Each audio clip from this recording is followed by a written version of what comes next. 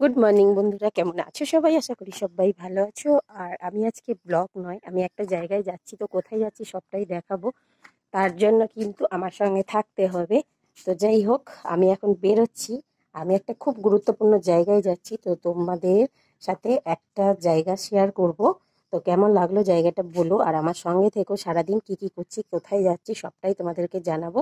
তাই আজকে বাড়ির ব্লগ নয়, বাইরে কোথায় যাচ্ছি সেটাই দেখাবো। তো চলো এখন টাটা।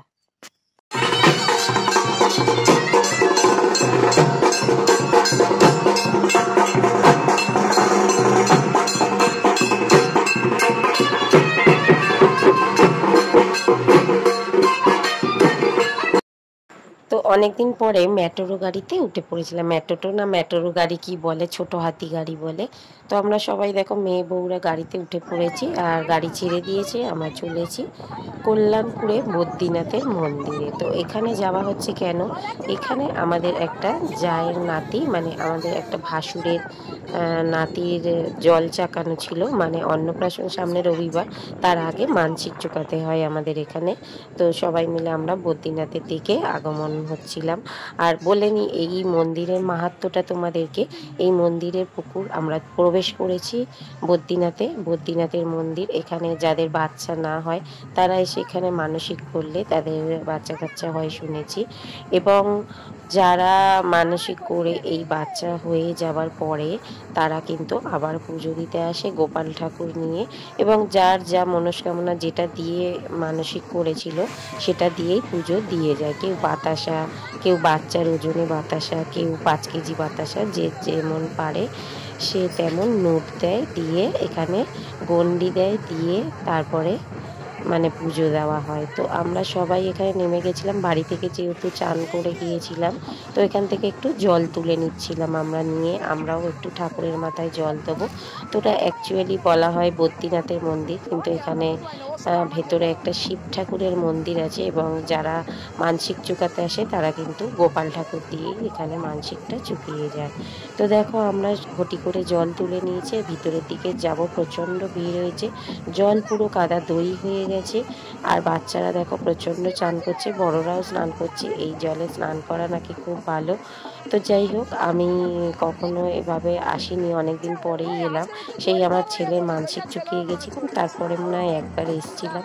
আমাদের বাড়ির কাছে হলেও কিন্তু খুব একটা আসা হয় না। যাই হোক, যখন মানসিক টানসিক চুকাতে আসে কেউ পাড়াতে বলে, তখনই কিন্তু একমাত্র আসা হয়। তো সবার সাথেই এখানে আসে। এখানে দেখো ডাব বিক্রি হচ্ছে, ডাবের জল দিয়ে তোমরা ঠাকুরের মাথায় জল দিতে পারো। তারপরে অনেক কিছু দোকানপাটি বসে। তো দেখো আমার বোন চলে এসেছিল, ওর কাছে ব্যাগ ট্যাগগুলো দিয়ে আমরা একটু পুজো টুজোগুলো ভিতরে গিয়ে দিয়ে নিলাম, প্রসাদও কিনে নিয়েছিলাম। আর তারপরে দেখো ভিডিও করছিলাম একটুখানি।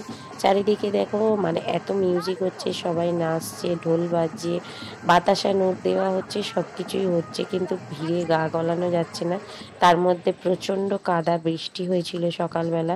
কি আর বলবো তোমাদেরকে। তো আমার বন্ধু একটুখানি ছবি তুলে দিচ্ছিল, ওর মেয়েকে নিয়ে আমিও একটু ভিডিও করলাম।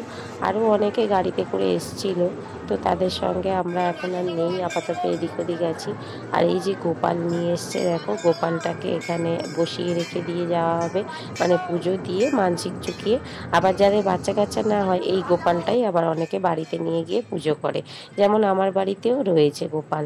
তো এই দেখো এখানে এই যে বদ্রীনাথের এই যে মেন মন্দিরটা। তারপরে এখান থেকে দেখো আসার সময় একটা রাধা কৃষ্ণের মন্দির পেয়েছিলাম, সেখানেও একটু সুন্দরভাবে ছবি তুলে নিলাম। রাধা কৃষ্ণের মন্দিরটা চলো তোমাদেরকে দেখিয়ে নিই, কি সুন্দর এই মন্দিরটা।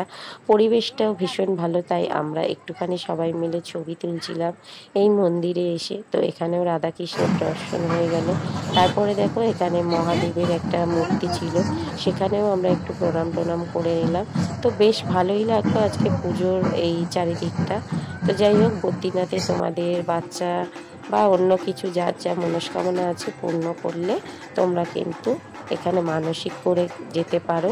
তো যাই হোক, এখানে দেখো বাবা মা গণ্ডি দিচ্ছে, ছেলেটাকে পিঠের ওপরে দিয়ে দিচ্ছে। তারপরে দেখো আমাদের সেই ভোজনের সময় হয়ে গেছে, এখন দুপুর 2-2:30 বাজে।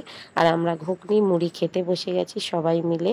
তো দেখো আনন্দ করে এই ঘুগনি মুড়িটা খাওয়াই আমাদের খুব মানে আনন্দ। তো সবাই মিলে একসাথে দেখো বসে পড়েছি আমরা যতজন গাড়িতে এসেছিলাম। তো চলো ভিডিওটা কেমন লাগলো কমেন্টে বলো সবাই।